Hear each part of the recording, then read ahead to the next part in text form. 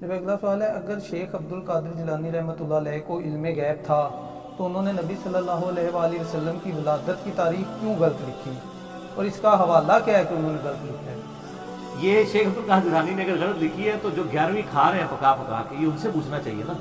ان کا تو دعویٰ ہے کہ شیخ عبد القادر جیلانی رحمہ اللہ تعالی المتوفی 561 ہجری، جو 6 صدی ہجری میں ایک بہت بڑے عالم دین تھے، وہ مطلب غیب جانتے تھے۔ اگر وہ غیب کا علم جانتے تھے، اتنی بڑی غلطی ان سے ہو۔ یہ جناب ان کی جو مشہور کتاب ہے نا، غنیت الطالبین، جس کو بریلوی، دیوبندی، اہل حدیث تینوں ان کی کتاب مانتے ہیں۔ امام زاہبی نے بھی کہا کہ ان کی کتاب ہے، ان سے پہلے بھی ابن حجر اسقلانی نے اور احمد بریلوی صاحب نے، سب لوگوں نے لکھا ان کی کتاب ہے۔ صرف ایک میرا عبداللہ محدث دہلوی کا انکار ہے، باقی سب کا ثابت، اور یہ چھاپ رہے ہیں، دہلوی چھاپ رہے ہیں، اہل حدیث بھی، دیوبند بھی چھاپ رہے ہیں۔ اس میں آپ عاشورہ والا چیپٹر نکالیں نا، اس میں لکھا ہے کہ نبی علیہ السلام 10 محرم والے دن پیدا ہوئے۔ جو ہمارے مسلمانوں کے بچے بچے کو پتا ہے کہ نبی علیہ السلام 12 ربیع الاول کو پیدا ہوئے، چلے 12 کی تاریخ پہ اگر کوئی اختلاف بھی کرے وہ اب ختم ہو گیا۔ میں نے تو دلائل النبوہ امام بیہقی کی کتاب میں 4 نمبر اثر ہے کہ محمد ابن اسحاق امام المغازی فرماتے ہیں کہ نبی علیہ السلام سوموار والے دن عام الفیل والے سال، جس سال ابرا کا لشکر تباہ کیا گیا تھا، 12 ربیع الاول کو پیدا ہوئے صبح سحری کے وقت۔ تو ربیع الاول پہ تو ویسے ہی اجماع ہے سنی شیعہ کا، ایون اصول الکافی میں بھی موجود ہے کہ نبی علیہ السلام 12 ربیع الاول کو پیدا ہوئے، جو شیعہ کی معتبر کتاب ہے۔ سنی شیعہ دونوں کی کتابیں مانتی ہیں کہ 12 ربیع الاول ہے۔ 12 پہ اگر اختلاف بھی ہے، کوئی 8 کہتا ہے، کوئی 9 کہتا ہے ربیع الاول ہی ہے۔ تو شیخ عبد القادر جیلانی کو یہ بنیادی بات نہیں پتا تھی؟ غنیت الطالبین میں لکھا ہوا ہے، شکر ہے لکھا ہوا ہے، اس لیے لکھا تھا کہ آپ کو پتہ چل جائے بزرگوں کو علم غیب کوئی نہیں تھا۔ اور اس لیول کی غلطی ہوئی کہ جو بچے بچے کو پتا ہے، ایڈی بڑی غلطی، 10 محرم لکھ دیا۔ چلو 10 ربیع الاول بھی لکھتے تو ہم کہتے ہیں وہ 10 میں ہٹ کے کچھ اور بن گئے۔ تو علم غیب کا مسئلہ بھی اللہ کے فضل سے کلیئر ہو گیا۔ زیادہ کلیئر کرنا نا قرآن و حدیث کی روشنی میں تو مسئلہ 6A اور 6B ہے، ویسے تو اتنا کافی کلیئر ہوگا۔ جی اگلا سوال بھی اسی سے ریلیٹڈ ہے۔ امام غزالی رحمۃ اللہ علیہ نے سورج کو زمین سے 160 گنا بڑا کس بک میں لکھا ہے؟ انہوں نے احیاء العلوم میں میرا 130 لکھا ہے، کیمیا سعادت میں تو میں نے خود نشان لگا کے رکھا ہوا ہے، JPG بھی ہم نے اگلے دن اپلوڈ کیا ہے۔ 160 گنا لکھا ہے کیمیا سعادت میں، جو فارسی میں لکھی تھی، اردو ترجمہ بھی ہوا ہے۔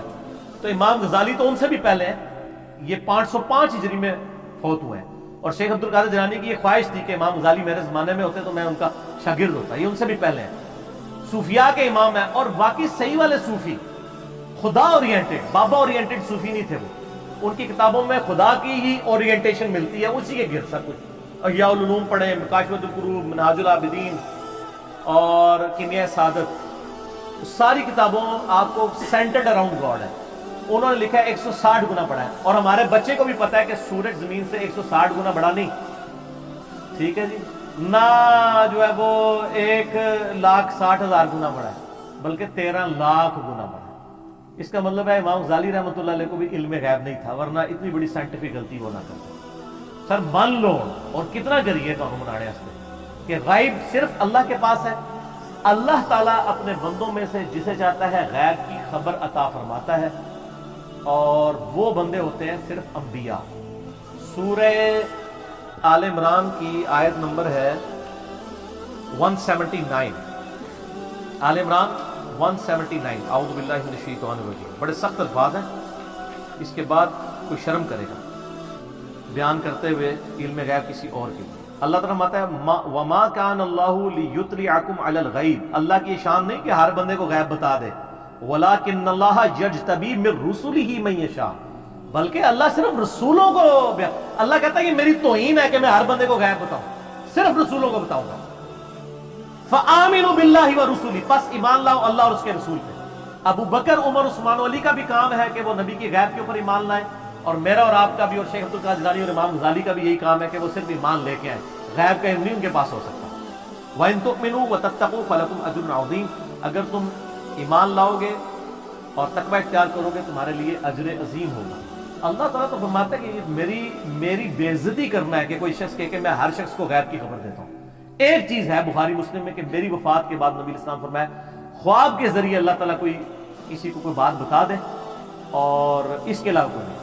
لیکن خواب کے ذریعے بھی کیا بتائی کہ شیخ عبد القادر جیلانی نے 10 محرم وضو کی پیدائش کا دن لکھ لیا اور امام غزالی نے 160 والی یہ بات لکھ لی، اور یہاں تو لوگ کہتے ہیں جی وہ شاہ شمس تبریز نے کیا تو بھی شمس تھا میں بھی شمس، اور سورج کو پاس بلایا جناب ملتان گرمی اس لیے ہوتی ہے۔ سر ملتان گرمی اس لیے نہیں ہوتی، اے شاہ شمس تبریز اگر ایک کام جو ہے نا سکردوش کر دینا تو انشاءاللہ حالے تک سکردوش پھر بھی برف بھی ہوتی رہتی ہے، ٹھیک ہے نا، وہ ایکویٹر کے جو بھی نزدیک ہوتا جائے گا تو وہ گرمی بڑھتی جائے گی۔ سر تو یہ بھی اشعار ہے، ملتان میں جو ہے نا وہ گرمی اس لیے نہیں ہوتی ہے، وہ نیچرلی ہوتی ہے گرمی ملتان میں۔ تو یہ جھوٹے واقعات ہیں۔ یہاں تو ہر وہ سودا بکتا ہے جس میں وہ میں نے آپ کو بتایا نا کہ مثنوی مولانا روم میں ایک جعلی واقعہ لکھا ہوا ہے کہ جی موسیٰ علیہ السلام ایک بندے کے پاس سے گزرے، وہ کہتا ہے اللہ کبھی میرے پاس آ، میں تجھے کنگھی کروں، میں تجھے نہلاؤں دلاؤں، اچھے کپڑے پہناؤں۔ تو موسیٰ علیہ السلام نے اسے کہا کہ اللہ تعالیٰ کے بارے میں یہ صفات نہ منسوخ کرو۔ جب موسیٰ علیہ السلام اللہ کے پاس گئے تو اللہ نے الٹا موسیٰ کو ڈانٹ دیا کہ تو میرا بندہ ہی ناراض کر پڑا۔ تو موسیٰ اور کیا کرتا؟ موسیٰ کی ڈیوٹی ہے لوگوں نے دسا کہ اللہ کو کہیں مننا ہے، اللہ کو گڈا ہے، اللہ کی صفات ہے لیس کمثلہ شیء وہو السمیع البصیر، اللہ کی مثل کوئی شے نہیں ہے، وہ سننے والا دیکھنے والا ہے، اللہ کی صفات ہے۔ ولا تقولوا علی اللہ الا الحق، اللہ کے اوپر مت بولو سوائے اس کے جو حق ہے۔ اللہ کے بارے میں آپ نے وہی عقیدہ رکھنا ہے نا جو پیغمبروں نے بتانا ہے۔ اگر پیغمبروں کو عقیدہ نہیں پتا، ان نانگے بابوں کو پتا ہے جن کے پیچھے اللہ پیغمبروں کو ڈانٹ رہا ہے، تو سر یہ دیکھیں وہ بابے کو بچاتے ہوئے پیغمبر کو انہوں نے کہہ دیا کہ پیغمبر کو دین نہیں آتا تھا، اس نانگے کو آتا تھا۔ تو اس کا مطلب اگر پیغمبر کو دین نہ آئے تو اس کا مطلب کیا ہے؟ اس کا مطلب یہ ہے کہ اللہ کو نہیں آیا پڑھانا۔ پیغمبر کو بعد میں دیکھیں گے نا، دیکھیں پیغمبر کون ہے؟ اللہ کا ریپریزنٹیٹو، خدا نے اسے بھیجا ہے کہ تو نے لوگوں کو دین سکھانا ہے، اس کو تو دین نہیں آیا، ایک نانگے کو آ گیا۔ دیکھیں انجانے میں یہ لوگ کس طرح انبیاء کی بھی اور اللہ کی بھی توہین کر جاتے ہیں۔ یہ سارے یہ مولانا روم کی مثنوی کے اندر جھوٹے اور جعلی واقعات لکھے ہوئے ہیں۔ اللہ تعالیٰ ہدایت دے، ہمارے باعثین پڑھ پڑھ کے سنا رہے ہوتے ہیں۔ اور ایک اور مشہور کیا جی، وہ ایک بندہ اللہ نے کہا منو انسانی گوشت چاہیے، ٹھیک ہے، ایک بندے کوئی بھی نہیں دے رہا، ایک بندے کو کیا انہوں نے کہا جی ادھروں بھی وڈ لے، ادھروں بھی وڈ لے، یعنی اور پھر اللہ تعالیٰ کے پاس گئے تو اللہ تعالیٰ نے فرمایا موسیٰ تو بھی انسان تھا، تو نے اپنا جسم کیوں نہیں کاٹ کے مجھے دے دیا؟ استغفر اللہ۔ یعنی یہ شریعت بتا رہے ہیں۔ نبی تو ہر کام اللہ کی وحی سے کر رہا ہوتا ہے، جو وحی سے ریلیٹڈ چیزیں ہوتی ہیں۔ تو انسانی گوشت نہیں چاہیے، جب چاہیے تھا نا تو کوئی غلطی نہیں کھائی ہے۔ ابراہیم علیہ السلام کو اللہ نے خواب دکھائی کہ اپنے بیٹے کی قربانی کرو، تو انہوں نے بیٹے نے بھی ثابت قدمی دکھائی، ابراہیم نے بھی۔ یہ ہے قرآن اور یہ ہے مثنوی شریف، جنہوں کہتے ہیں فارسی کا قرآن۔ اے فارسی دی قرآن ہے، عربی والا قرآن جو ہے نا وہ اے محمد رسول اللہ کا نازل ہوا ہے، یہ ساڈا قرآن ہے، وہ تہاڈا ہوئے گا صلی اللہ علیہ وآلہ وسلم۔ ٹھیک ہے، اگلا سوال ہے یار میں گستاخی کرا دوں، میری کوشش نہیں ہوتی لیکن کیا کریں، نبی کی شان بیان کرنے کے لیے ضروری ہے کہ بزرگوں کی گستاخی ہو، کیونکہ جو بزرگ رسول اللہ کے خلاف کھڑے ہوئے ہیں آٹومیٹکلی ان کی گستاخی ہو جائے گی، یہ تو آٹومیٹک ہے۔ جب نبی کی شان کو آپ بیان کریں گے تو نبی کے جو دشمن ہیں ان کی خود بخود نگیشن ہو جاتی ہے۔ ایک دین وہ ہے جو اللہ نے اپنے نبی کے ذریعے ہم تک پہنچایا، ایک وہ دین ہے جو بابوں نے قصے کہانیوں کے ذریعے پہنچایا۔ تو یا پھر نبی علیہ السلام کو مان لیں۔ میں اس میں اکثر بیان کرتا ہوں کتنا مشہور کیا ہوا انہوں نے، مجھے بڑی خوشی ہوئی، اس دن مفتی اکمل صاحب کو بھی خیال آیا، انہوں نے بھی کہہ دیا جعلی واقعہ ہے، شاید میری کلپ دیکھ کے انہوں نے کہا پہلے تو کسی کی جرت نہیں ہوئی ہے، بچپن سے پڑھایا جی ویسے کرنی نے دن پان دیتے جی، سنا ہوا نا آپ نے؟ اور لوگ 2 نفل پڑھتے ہیں ویسے کرنی کے، کہتے ہیں کیلا ان کے لیے نازل ہوا تھا۔ سر کیلے کا ذکر جو ہے نا، کیلے کا ذکر قرآن میں سورہ واقعہ کے اندر موجود ہے کہ کیلوں کے گچھے جنت میں ہوں گے، ویسے کرنی دے ابا جی پردادا جی حضرت بابا آدم تو بھی مطلب جڑا اس تو بھی پہلے جڑا نا اے کیلے موجود نے، اللہ نے جنت میں رکھے ہوئے کیلے ہونے ہونے، کیلا نازل ہویا سی، کیلے پہلے بھی موجود سن۔ اے کہانیاں بند کرو، ورنہ کافر جو ہے نا وہ مطلب کہیں گے یہ دین کس قسم کا ہے، وہ تو آپ کو ثابت کر دیں گے کیلا کتنا پرانا ہے زمین کے اوپر، تو آپ کہیں گے ویسے کرنی کے اوپر نازل ہوا ہے کیلا۔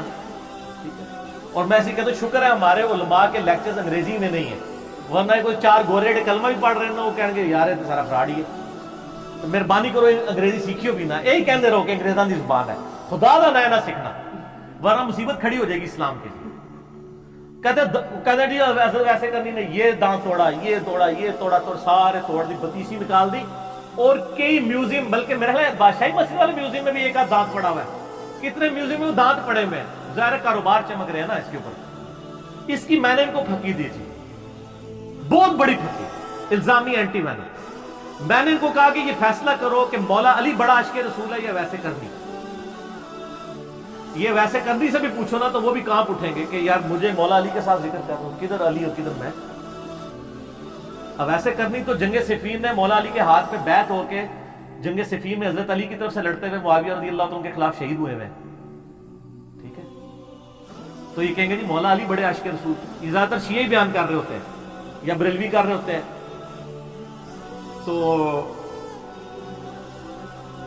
صحیح مسلم کے اندر غزوہ احد کا چیپٹر نکالیں اور بخاری میں بھی, دونوں میں یہ حدیث موجود ہے. سہل ابن سعد السعدی کہتے ہیں کہ اللہ کی قسم میں جانتا ہوں میں اب آخری صحابی بچا ہوں جس نے یہ منظر دیکھا ہوا ہے. وہ بوڑھے صحابہ میں سے تھے اور لوگ نا حج کے موقع پہ ان کو گھیر لیتے تھے, تسی حضور نو ویکھیا سانو دسو. میں ان آخری صحابہ میں سے ایک بچ گیا ہوں جس نے احد کا یہ منظر خود دیکھا ہوا ہے. بخاری مسلم دونوں میں ہے کہ نبی علیہ السلام کے جب یہ 4 دانت شہید ہوئے تو اتنا خون نکلا کہ آپ علیہ السلام بے ہوش ہو گئے بلڈ پریشر لاس ہونے کی وجہ سے.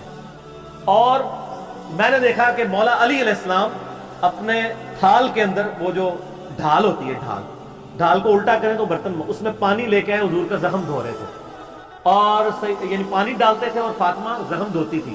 اور جب وہ خون نہیں رکتا تھا تو سیدہ فاطمہ نے کاٹن کا کپڑا جلا کے اس کی راکھ حضور کے اس زخم پہ رکھی تو وہ زخم کا خون رک گیا. اور قرآن میں بھی ہے نا حضور کی شہادت کی خبر مشہور ہوگی, سورہ ال عمران 144 وما محمد الا رسول قد خلت من قبلہ الرسل, وہ آیت نازل ہوئی تھی. تو میں نے ان کو یہ پھکی دی ہے کہ جس شخص نے اپنے سامنے دانت ٹوٹتے ہوئے دیکھے ہیں, ویسے کرنی نے تو سنے ہی ہے نا, جس طرح اسی بھی سنے ہیں, نہ انہیں دیکھا نہ اسی دیکھا. جس نے اپنے سامنے دیکھا, کس نے؟ مولا علی اور فاطمہ نے, جنہوں نے اپنے ہاتھوں سے اس کا مرم پٹی کی اس زخم کی, انہوں نے اپنے دانت نہیں توڑے. جناب یہ انجین نہیں ہے, کہنا انجین نہیں کر رہا ہے. اگر مولا علی اور فاطمہ نے دانت نہیں توڑے تو سر انہوں تو بڑا کوئی عاشق رسول نہیں ہے. تو اب ایسے کرنی نے بھی نہیں توڑے, یہ واقعی چاہیے. تو یہ بس ٹنی ہے, یہ ٹنی سنی نہیں ہے, سنا کے سنی ٹنی, اسی پڑھ پڑھا کے سنی. ٹھیک ہو.